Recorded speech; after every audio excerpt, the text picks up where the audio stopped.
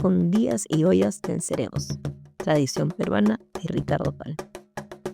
A principios de junio de 1821, y cuando acababan de iniciarse las famosas negociaciones o armisticio de Punchauca entre el virrey La Serna y el general San Martín, recibió el ejército patriota, acantonado en Huaura, el siguiente santo, seña y contraseña: con días y ollas venceremos. Para todos, exceptuando Monteagudo, Luzuriaga, Guido y García del Río, el santo y seña era una frase disparatada. Y los que juzgaban a San Martín más cristiana y caritativamente se alzaban de hombros murmurando: extravagancias del general. Sin embargo, el santo y seña tenía malicia o entripado, y es la síntesis de un gran suceso histórico. Y de eso es de lo que me propongo hoy hablar, apoyando mi relato más que en la tradición oral que he oído contar a la amanuense de San Martín y a otros soldados de la patria vieja, en la autoridad de mi amigo el escritor bonaerense Mariano Peguiza, que a vuela pluma se ocupa del santo seña en uno de sus interesantes libros. San Martín, por juiciosas razones que la historia consigna y aplaude, no quería deber la ocupación de Lima al éxito de una batalla, sino a los manejos y ardides de la política. Sus impacientes tropas, ganosas de habérselas cuanto antes con los engreídos realistas, rabiaban mirando la aparente pachorra del general. Pero el héroe argentino tenía en mira, como acabamos de apuntarlo, pisar Lima sin consumo de pólvora y sin, lo que para él importaba más, exponer la vida de sus soldados, pues en verdad no andaba sobrado de ellos. En correspondencia secreta y constante con los patriotas de la capital, confiaba en el entusiasmo y actividad de estos para conspirar, empeño que había producido ya, entre otros hechos de importancia para la causa libertadora, la defección del batallón Numancia. Pero, con frecuencia, los espías y las partidas de exploración avanzadas lograban interceptar las comunicaciones entre San Martín y sus amigos, cruzando no pocas veces el desarrollo de un plan. Esta contrariedad, reagravada con el fusilamiento que hacían los españoles de aquellos a quienes sorprendían con cartas en clave, traía inquieto y pensativo al emprendedor caudillo. Era necesario encontrar a toda trance un medio seguro y expedito de comunicación.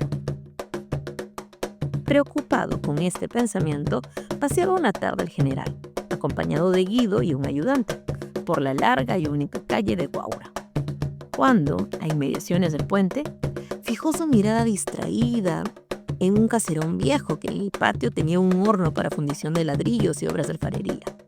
En aquel tiempo en que no llegaba por acá la porcelana hechiza, era este lucrativo oficio, pues así la vajilla de uso diario como los utensilios de cocina eran de barro cocido y calcinado en el país, salvos tal cual jarrón de Guadalajara y las escudillas de plata, que ciertamente figuraban solo en la mesa de gente acomodada. San Martín tuvo una de esas repentinas y misteriosas inspiraciones que acuden únicamente al cerebro de los hombres de genio, y exclamó para sí: ¡Eureka! Ya está resuelta la X del problema.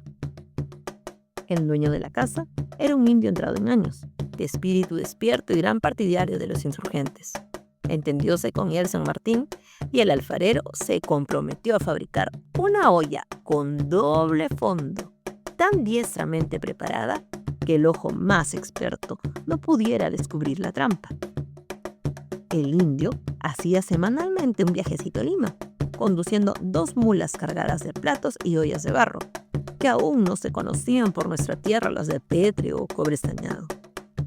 Entre estas últimas, y sin diferenciarse ostensiblemente de las que componían el resto de la carga, iba la olla revolucionaria, llevando en su doble fondo importantísimas cartas en cifra. El conductor se dejaba registrar por cuanta partida de campo encontraba, respondía con naturalidad a los interrogatorios, se quitaba el sombrero cuando el oficial de piquete pronunciaba el nombre de Fernando VII, nuestro amo y señor, y lo dejaban seguir su viaje, no sin hacerle gritar antes: ¡Viva el rey! ¡Muera la patria! ¿Quién demonios iba a imaginarse que ese pobre indio viejo andaba tan seriamente metido en belenes de política? Vivía el señor don Francisco Javier de Luna Pizarro, sacerdote que ejerció desde entonces gran influencia en el país, en la casa fronteriza a la iglesia de la Concepción. y él fue el patriota designado por San Martín para entenderse con el ollero. Pasaba a las 8 de la mañana por la calle de la Concepción, pregonando con toda la fuerza de sus pulmones: ollas y platos, baratos, baratos. Que hasta hace pocos años los vendedores de Lima podían dar tema para un libro por la especialidad de sus pregones. Algo más, para saber la hora no se consultaba reloj, sino el pregón de los vendedores ambulantes. Lima ha ganado en civilización, pero se ha despoetizado y día por día pierde todo lo que de original y típico hubo en sus costumbres. Yo he alcanzado estos tiempos en los que parece que en Lima la ocupación de los vecinos hubiera sido tener en continuo ejercicio los molinos de masticación llamados dientes y muelas. Juzgue, lector, cómo distribuían las horas en mi barrio. Allá, cuando yo andaba haciendo novillos por huertas y murallas, y muy distante de escribir tradiciones y dragonear de poeta, que es otra forma de matar el tiempo o hacer novillos. La lechera indicaba las 6 de la mañana. La tisanera y la chichera de Terranova daban su pregón a las 7 en punto. El bizcochero y la vendedora de leche y vinagre que gritaba a la cuajarita designaban las 8. Ni minuto más ni minuto menos.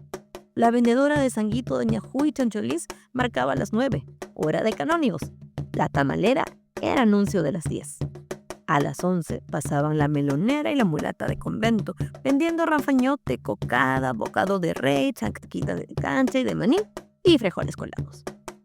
A las 12 aparecían el frutero de canasta llena y el proveedor de empanaditas de picadillo. La una era indefectiblemente señalada por el vendedor de ante con ante, la arrocera y el alfajorero. A las 2 de la tarde, la picaronera y el humitero, y el de la rica causa de Trujillo, atronaban con sus pregones. A las 3, el mecochero, la turronera y el anticuchero, o vendedor de bistec en palito, clamoreaban con más puntualidad que la mariangola de la catedral. A las 4, gritaban la picantera y el de la piñita de nuez. A las 5 chillaban el jazminero, el de las caramanducas y el vendedor de flores de trapo, que gritaba: «Jardín, jardín, muchacha, ¿no hueles?». A las 6 canturreaban el raicero y el galletero. A las 7 de la noche pregonaban el caramelero, la mazamorrera y la champucera. A las 8 el heladero y el barquillero. Aún a las 9 de la noche, junto con el toque del cubrefuego, el animero o sacristán de la parroquia salía con capa colorada y farolito en mano pidiendo para las ánimas benditas del purgatorio o para la cera de nuestro amo. Este prójimo era el terror de los niños rebeldes para acostarse. Después de esa hora, era el sereno del barrio quien reemplazaba los relojes ambulantes, cantando entre piteo y piteo: «Ave María Purísima, las 10 han dado, viva el Perú y sereno», que eso sí, para los serenos de Lima, por mucho que el tiempo estuviese nublado lluvioso, la consigna era declararlo sereno.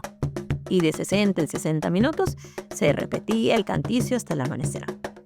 Y hago caso omiso de innumerables pregones que se daban a una hora fija. ¡Ah, tiempos dichosos! Podía en ellos sustentarse por pura chamberinada un cronómetro, pero para saber con fijeza la hora en que uno vivía, ningún reloj más puntual que el pregón de los vendedores. Ese sí que no discrepaba pelo de segundo, y había para qué limpiarlo o enviarlo a la enfermería cada 6 meses.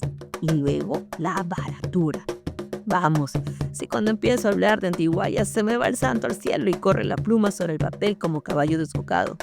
Punto a la digresión y sigamos con nuestro insurgente ollero.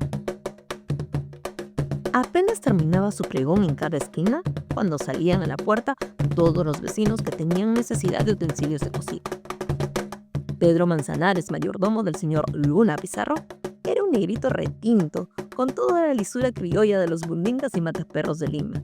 Grande asidor de desvergüenzas, cantador, guitarrista y navajero, pero muy leal a su amo y muy mimado por este. Jamás dejaba de acudir al pregón y pagar $1 por una olla de barro. Pero al día siguiente volvía a presentarse en la puerta, utensilio en mano, gritando: «Oiga usted, socholo ladronazo, con sus ollas que se chirrían toditas.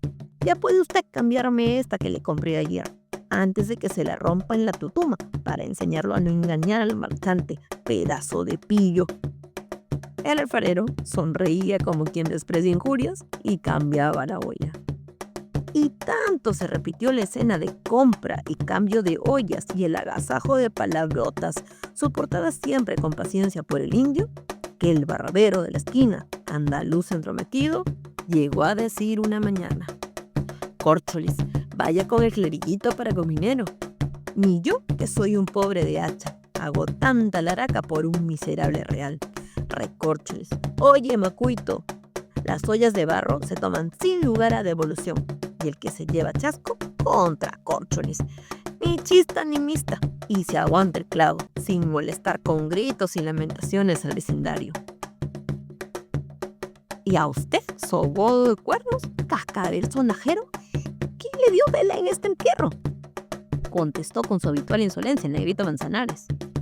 «Vaya usted a desollar barbas y cascar liendes, y no se meta en lo que no le va ni le viene. So adefesio de misa de una, so chapetón enviado y de ciento encarga». Al oírse apostrofar así, se le avinadró al andaluz la mostaza y exclamó ceceando: «María Santísima, hoy me pierdo, aguárdate, gallinazo de muladar». Y, echando mano al puñalito o limpiadientes, se fue sobre Perico Manzanares, que sin esperar la embestida, se refugió en las habitaciones de su amo. ¿Quién sabe si la camorra entre el barbero y el mayordomo habría servido para despertar sospechas sobre las ollas, que de pequeñas causas han surgido grandes efectos? Pero, afortunadamente, ella coincidió con el último viaje que hizo el alfarero, trayendo olla contrabandista. Pues el escándalo pasó el 5 de julio y al amanecer del día siguiente abandonaba el virrey La Serna la ciudad, de la cual tomaron posesión los patriotas en la noche del 9. Cuando el indio, a principios de junio, llevó a San Martín la primera olla devuelta por el mayordomo del señor Luna Pizarro, hallábase el general en su gabinete dictando la orden del día. Suspendió la ocupación y después de leer las cartas que venían en el doble fondo, se volvió a sus ministros García del Río y Monteagudo y les dijo sonriendo: «Como lo pide el suplicante». Luego se aproximó al amanuense y añadió: «Escribe, Manolito, santo, seña y contraseña para hoy. Con días y ollas venceremos». La victoria codiciada por San Martín era apoderarse de Lima sin quemar pólvora. Y merced a las ollas que llevaban en el vientre ideas más formidables siempre que los cañones modernos, el éxito fue tan espléndido que el 28 de julio se juraba en Lima la independencia y se declaraba la autonomía del Perú. Junín y Ayacucho fueron el corolario.